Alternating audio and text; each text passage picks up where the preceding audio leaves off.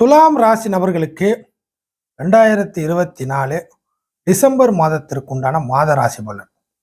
துலாம் ராசி நபர்களை பொறுத்தவரை இந்த 2024 டிசம்பர்ல ராசிநாதன் ராசிக்கு 4ஆம் இடம் சொல்லக்கூடிய, அதாவது அசட்டு, அசையும் அசையா சொத்துக்கள், ஓய்வு, அதுக்கடுத்து பார்த்தீங்கன்னாக்கா ஏதாச்சும் கஷ்டப்பட்டு வராத ஒரு விஷயத்தை கூட வர வைக்கக்கூடிய ஒரு 4ஆம் இடத்துல சுக்கிரன் பெயர்ச்சியாக போகுது.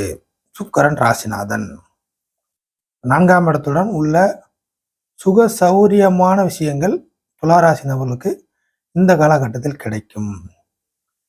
இதற்கு சுக்கிரன் மட்டும் நல்லா இருக்கு இல்லையா, இதுக்கு பக்கபலமா இருக்கக்கூடிய எந்த கிரகமும் சப்போர்ட் செய்யற மாதிரி இல்லை. அதாவது ராசிக்கு 2ஆம் இடத்துல புதன் வக்கர அமைப்பு, ராசிக்கு 10ஆம் இடத்துல செவ்வாய் வக்கர அமைப்பு, இப்படிப்பட்ட ஒரு சூழ்நிலை இருக்குது. 2 கிரகம் வக்கர அமைப்பா இருக்கு.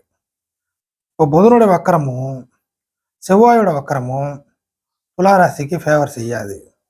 ஒன்லி ராசிநாதன் மட்டும்தான் நல்ல சூழ்நிலையில் இருக்கிறதுனால ராசிநாதனை மையப்படுத்தி சில நன்மைகளை பெற முடியும். அப்போ 2 கிரக வக்கர அமைப்புல இருக்கிறதுல தவறுகள் நடக்கும். அந்த தவறுகளை பற்றி தான் நிறைய பேச போறோம். ஸோ அந்த தவறுகளை நீங்க செய்ய தேவையில்லை. மற்றபடி ராசிநாதன் நல்லா இருக்கிறதுனால ராசிநாதனை பேஸ் பண்ண விஷயத்த மட்டும் கரெக்டாக செய்யலாம். ஃபர்ஸ்ட் தவறான விஷயங்களை பார்த்தலாம். புதன் 2ல வக்கரம், தனஸ்தானம், பேச்சுவார்த்தை, வாக்குஸ்தானம், குடும்பம், அடுத்தவங்க முகத்துல முழிக்கக்கூடிய ஒரு இடம்னு சொல்லக்கூடியது 2. நம்ம வீட்டை விட்டு வெளில வந்தோம்னா அடுத்தவங்க முகத்துல முழிக்கிறோம். அந்த மாதிரியான பிளேஸ் 2. புரியுதுங்களா? குடும்ப உறுப்பினர்கள் எதையுமே வாய்மொழியாக பேசக்கூடியது, சொல்லக்கூடியது, செய்யக்கூடியது, வாக்கு, நிதி நிலைமை, பாக்கெட் மணி, நிதி நிலைமை, பேங்க் பேலன்ஸ் எதாவது வச்சுக்கலாம்.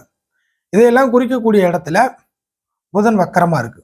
இந்த புதன் ராசிக்கு 9 மற்றும் 12 விரயஸ்தானம் பிளஸ் பாக்கியம். ஆக புதனால ஒன்றும் இந்த வக்கரம் இல்லாமல் இருந்தால் புதனால ஏதாச்சும் ஒரு நன்மைகள் இருக்கும். வக்கரத்தோடு இருக்கிறதுனால இந்த மாதம் முழுக்க வக்கரம், புதன் வக்கரம். ஸோ உங்கள் நன்மைகள் புதனால் இல்லை. அப்போ என்ன செய்யணும்னா, யாருக்காச்சும் ஒரு வாக்குறுதியை கொடுக்குறீங்கன்னா யோசிக்காம அவசரப்பட்டு கொடுக்கக்கூடாது. ஒரு விஷயம் வச்சுங்களா? அதே போல நீங்க மற்றவங்களை நம்பி உங்களுக்கு வேண்டப்பட்டவங்களுக்கு எந்த ஒரு வாக்குறுதியும் கொடுக்கக்கூடாது. வாய்மொழியாக, வாய் வார்த்தைகள் மூலியமாக ஏதாச்சும் ஒன்று சொல்ல போய் நீங்களே அது ஒரு தவறான ஒரு புரிதலில் போய் மாட்டோம் அடுத்தவங்கள்ட்ட. அதில் போய் நீங்கள் லாக் ஆகக்கூடாது. அடுத்ததாக ஏதாச்சும் உங்களோட பேரை காப்பாற்றிக்கிற மாதிரி நம்மள்ட்ட அதை கேட்குறாங்க, நம்ம இல்லைன்னு சொன்னோம்னா நம்மளை தப்பாக எடுத்துப்பாங்க. அப்போ நம்ம இப்படி இருந்தாலும் சொல்லிடலாம், பின்னாடி கூட சரி பண்ணி கொடுத்துடலாம். இப்போதைக்கு முடியாதுங்க நம்ம யோசிக்கிறது போல முடியும்னு சொல்லிடுவோம். அப்படிங்கிற மாதிரி ஏதாச்சும் ஒரு விஷயத்துல ஈடுபாடு தேவையில்லை. செலவு செஞ்சு ஏதாச்சும் ஒரு விஷயத்த சாதிச்சிடலாம். செலவு செஞ்சு, புரியுதுங்களா? உங்க கை காசை போட்டு தான், கடன் வாங்கி போட்டு இல்லை, இருக்கிற கை காசை போட்டு செலவு பண்ணி குடும்ப உறுப்பினர்களுக்கோ மற்றவங்களுக்கோ ஏதாவது பண்ணி சில விஷயத்த செஞ்சிடலாங்கிறது தவறான ஒரு செலவில் போய் முடியும். அந்த செலவுக்கான ஒர்த்து ஒரு பிளானிங்கோட நடக்காது. இது புதனுடைய விஷயங்கள். இதே மாதிரி தான் எழுத்துப்பூர்வமாக புதன் ஒரு எழுத்துக்கு முக்கியமான கிரகம். டாக்குமெண்ட் ரீதியாக எழுத்து. இந்த புதன் வக்கரம் பார்க்கறதுனால என்ன ஆகும்னா, நம்ம முன்னோக்கி செய்யறது எல்லாமே, நம்ம டெவலப்பர் ரீதியாக நம்ம செய்யறது எல்லாமே பின்னோக்கி நகர்ந்துடும். டெவலப் இல்லாமல் போயிடும், லாஸ் ஆகிடும். அதுக்கு தான் நம்ம விஷயத்தெல்லாம் இப்போதைக்கு தேவையில்லை. புதன் வக்கரம் முடிஞ்சோன்னே இந்த மற்ற விஷயத்தெல்லாம் பார்த்துக்கலாம். இது மட்டும் இல்லாமல் இயற்கையாகவே, அதாவது துளாராசிக்கு இயற்கையாகவே 2 மற்றும் 7 கூடிய செவ்வாய் இப்போதைக்கு வக்கரம். ஆக வாய் வார்த்தைகளை 2ஆம் இடங்கிறது வாக்குஸ்தானமாச்சா, வாக்குஸ்தானத்தில் புதனும் வக்கரம், வாக்காதிபதி ஆதிபத்திய ரீதியில் வாக்காதிபதி செவ்வாயும் வக்கரம். அப்போ நீங்க எதை பேசினாலுமே டெவலப்ல போகாது, பின்னோக்கி வந்துடும். அதே சமயம் 7ஆம் இடத்தை வக்கரம் பார்ட்னரை குறிக்கும், வாழ்க்கை துணையை குறிக்கும், ஆண்களை குறிக்கும்.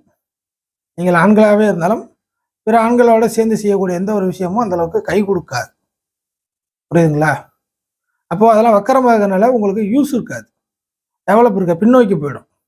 யாராச்சும் சேர்ந்து செய்ய போறீங்க, டைப் செய்ய போறீங்க அப்படிங்கிற விஷயம்லாம் உங்களுக்கு டெவலப்பாக வராது. ஒன்று நீங்கள் பின்னாடி பிச்சுட்டு வந்துற மாதிரி இருக்கும், இல்லை அவங்க விட்டு விலகிற மாதிரி இருக்கும், வேறு வேறு டைமென்ஷனில் போகும்.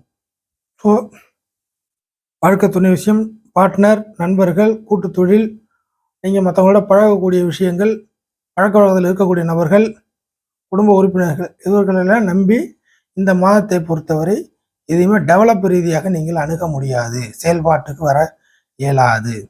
இதெல்லாம் உங்களுக்கு சில டார்ச்சரை கொடுக்குற மாதிரி ஆகிடும். இப்போ அடுத்தது சுக்கிரனுக்கு வரலாம். ராசிநாதன் சுக்கிரன். இந்த சுக்கிரன் மட்டுமே துலா ராசி நபர்களை காப்பாற்றக்கூடிய வகையில் இருக்குது. என்னென்ன விஷயங்கள் நல்லது கிடைக்கும் அப்படிங்கிறத பார்த்துடலாம். சுக்கிரன் ராசிக்கு யோக கிரகம்னு சொல்லக்கூடிய சனியின் வீட்டில் போகுது. இது டிசம்பர், அதுக்கு அடுத்து வரக்கூடிய ஜனவரி அப்படிங்கிற அமைப்புலாம் நல்ல நிலைமையில் இருக்க போகுது. ஸோ ரிஷப ராசிக்கும் துலா ராசிக்குமே கிட்டத்தட்ட சுக்கிரன் ஒரு யோக அமைப்பில் வர்றதுனால 2 ராசி சம்மந்தப்பட்ட விஷயங்கள்லாம் நல்லபடியாக இருக்கும். ஸோ துலா ராசியை பொறுத்தவரை சுக்கிரன் நாளில் வர்றதுனால உங்களால் இப்போதைக்கு ஒரு சொத்தை வாங்க முடியும், சொத்துக்களை தீர்மானிக்க முடியும், சொத்துக்களை நிர்வகிக்க முடியும். உங்களுக்கு பிடிச்ச மாதிரி ராசிநாதன் இல்லையா, ஒவ்வொரு ராசிக்கும் அதோடைய ராசிநாதன் ஒரு விதமான ஆசையை வச்சிருக்கும். துளாராசியோடைய ஆசைங்கிறது சுக்கிரனை பேஸ் பண்ண அமைப்பில் இருக்கும். கொஞ்சம் பிரம்மாண்டமான பெரிய ஆசையாக இருக்கும், லென்த்தாக இருக்கும், ஷார்ட்டாக இருக்காது. காலத்துக்கு நிறைய ஒரு தொடர் வண்டி மாதிரி பயன்படுற மாதிரி இருக்கணும், டக்குன்னு முடிகிற மாதிரிலாம் இருக்காது. ஸோ உங்களோட ஆசை லென்த்தான ஒரு ஆசையாக இருக்கும். ஸோ இப்போதைக்கு சொத்துக்கள் சம்பந்தமாக உங்களோட ஆசைகள் ஃபுல்ஃபில் ஆகிற மாதிரியான ஒரு காலமாக இருக்குது. ஸோ சொத்துக்களை வாங்கிறது, சொத்துக்களை அடையிறது, சொத்துக்களை அனுபவிக்கிறது. சொத்து என்பது இடம் அல்ல, இடம் மட்டுமல்ல, நீங்கள் ஆசைப்படக்கூடிய எந்த ஒரு அசட்டும் சொத்து தான். ஒரு சிலவங்களுக்கு வண்டி வாகனமாக இருக்கலாம், வீடாக இருக்கலாம், இடமா இருக்கலாம், வீட்டு உபயோக பொருளாக இருக்கலாம்.